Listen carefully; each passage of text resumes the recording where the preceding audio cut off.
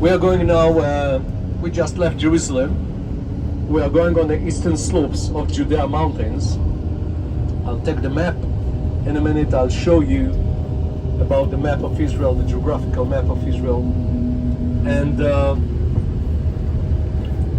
we are going now down to the rift, to the Dead Sea. The Dead Sea is 435 meters below the sea level. It's the lowest place on earth that a person can stand on. And it's part of the rift that goes from northeast to us, from Syria, and it goes down along the east side of Israel, down through the Red Sea, and then it turns to Africa, to Egypt, Africa, until Tanganyika Lake. It's creating, as I said, the lowest place on earth, the Dead Sea, 435 meters below the sea level. At some point we are going to pass the sea level here, and we will start to go down below the sea level. On the way we are going to see both sides of the road. We are going to see a Bedouin, specific Bedouin tribe that we have here. In the morning I've told that we have 500,000 Bedouins, Israeli citizens of Israel. Bedouins were drifters in the desert, and here we are going to see a specific tribe that decided to stay and live like that here in the desert, the Jahalin tribe. The Jahalin tribe, we are going to see them both sides of the road. This is road number one. Road number one starts in Tel Aviv at the west, goes to the east, cutting Jerusalem as we did, and goes down to the Dead Sea. Road number one we are still on now. The itinerary for today for all the bus is that we are going now, as I said, on road number one to the Dead Sea. We'll turn to the right, to the south, on the west side of the Dead Sea, on the west seashore of the Dead Sea. We will continue to En-Gedi. In En-Gedi we're going to make a break just to give us a chance for bathrooms and for sandwiches over there. And another thing we have over there is one of the main shops country, and they're ruling here from 167 BC until 63 BC. At 63 BC the Romans are coming here and they're ruling here, but they are not ruling here by themselves. They are ruling here on the behalf of the Roman. They are ruling here with local rulers on their behalf. And one of those local rulers, we are going to mention his name a lot today. His name is Herod the King, Herodos. Herod the King, he's ruling here on the behalf of the Roman. We are passing now the marking place of the sea level. This is the marking place of the sea level. From here we are going down below the sea level. Here this is the sea level, and now we are starting to go down below the sea level to the bottom of the rift. At the bottom, when we'll see the Dead Sea, we will be 435 meters below the sea level. So Herod is ruling here on the behalf of the Roman from 40 BC to 4 BC.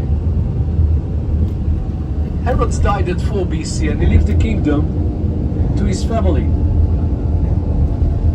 The Romans are not happy with what the Herod's family are doing here, so they bring Roman governors to do the job instead of them. And those Roman governors giving a hard time to the Jewish people, especially in Jerusalem, at the temple house in Jerusalem. And the Jewish people start a rebellion against the Roman from 66 AD already, Annos Domini, after Christ already, from 66 AD till 70 AD, there's a big rebellion against the Roman.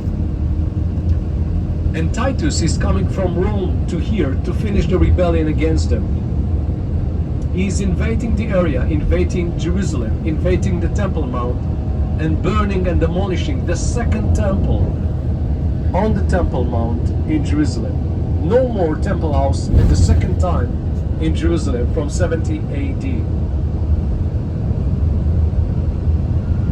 I'm running first forward to the year to the 4th century, to the 4th century AD. Two big things are happening in the 4th century AD. The first one is that Constantine, the Roman emperor, is taking on himself the Christianity, and they are Christians now.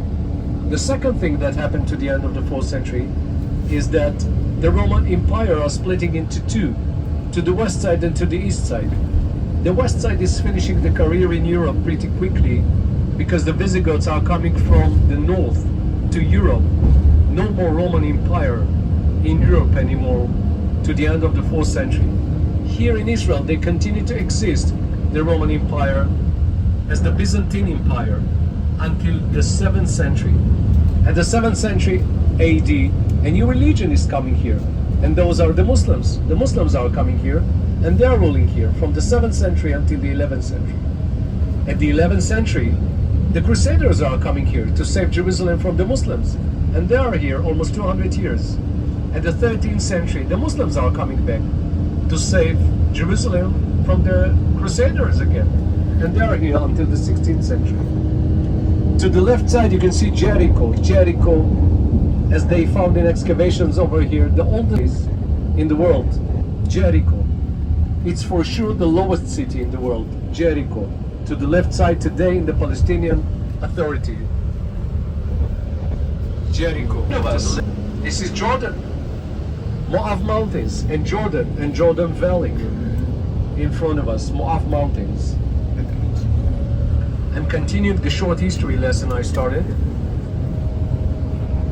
As I said, the Ayyub and the Mamluk dynasty are ruling here, Muslim dynasties are ruling here until the 16th century. At the 16th century, the Ottomans are coming here. The Ottomans are the Turks of today. They are ruling here from the 16th century until 1917. 1917, end of World War I, and the British are coming here. The British are ruling here from 1917 until 1948. 1948, the Declaration of Israel by David Ben-Gurion, our first leader and first prime minister, and we are here 75 years.